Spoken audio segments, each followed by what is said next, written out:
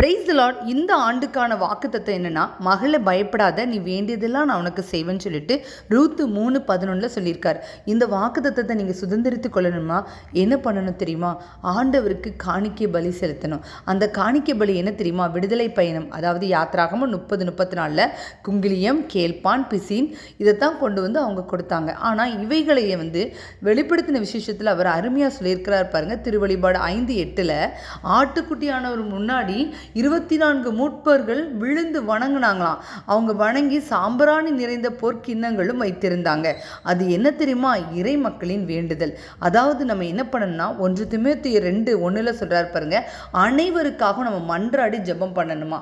என்னென்ன காரியங்கள் நம்ம வாழ்க்கையில் குறைபட்டிருக்கோ அதுக்கெல்லாம் மற்றவங்களுக்காக ஜெபம் பண்ணலாம். எப்படின்னு ஒரு சின்ன எடுத்துக்காட்டு சொல்கிறேன். உங்கள் வாழ்க்கையில் கடன் பாரம் இருக்குது.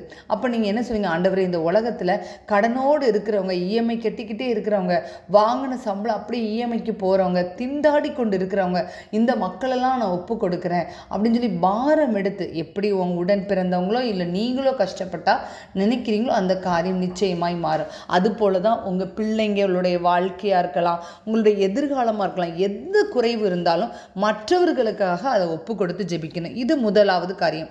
2வது காரியம் அப்படின்னு நீங்கள் பார்த்தீங்கன்னா, அந்த நாவு தான். நாவின் அதிகாரத்தில் ஆண்டவர் குடியிருக்கிற இந்த நாவை நம்ம கட்டுப்படுத்தணும். இந்த நாவை எப்படியெல்லாம் கட்டுப்படுத்தலாம்?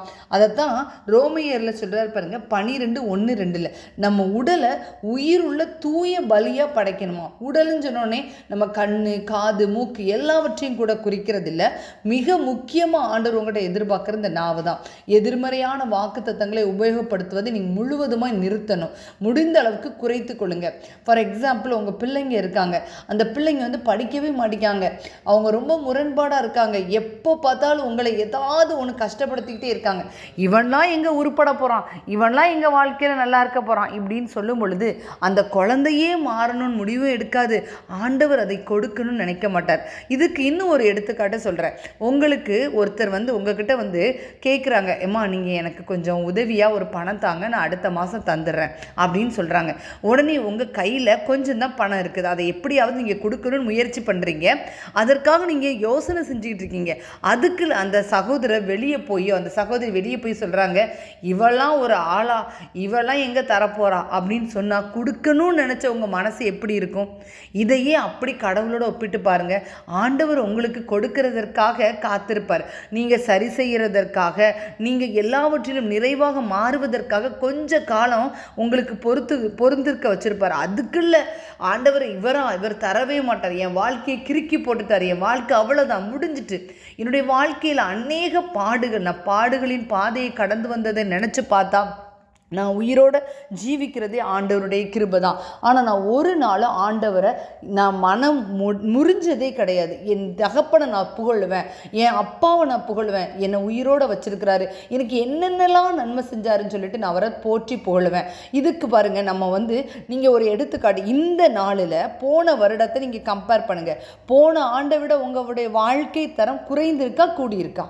நிச்சயமாய் உயர்த்தி தான் இருப்பார். அப்போ நீங்கள் ஆண்டவர்கிட்ட அன்பு செய்து அவரை வாயார புகழ்ந்து பாடுறீங்களா, அவரை துதிக்கிறீங்களா, அவருக்கு உயிர் மூச்சை தந்ததற்காக, நல்ல குடும்பத்தை தந்ததற்காக, நல்ல உறவுகளை தந்ததற்காக, உணவை உட்கொள்ளக்கூடிய சக்தியை கொடுத்ததற்காக, ஆபத்து இல்லாத ஒரு வாழ்க்கை வாழ்வதற்காக என்று சொல்லி நம்ம ஆண்டவரை துதிக்கணுமா?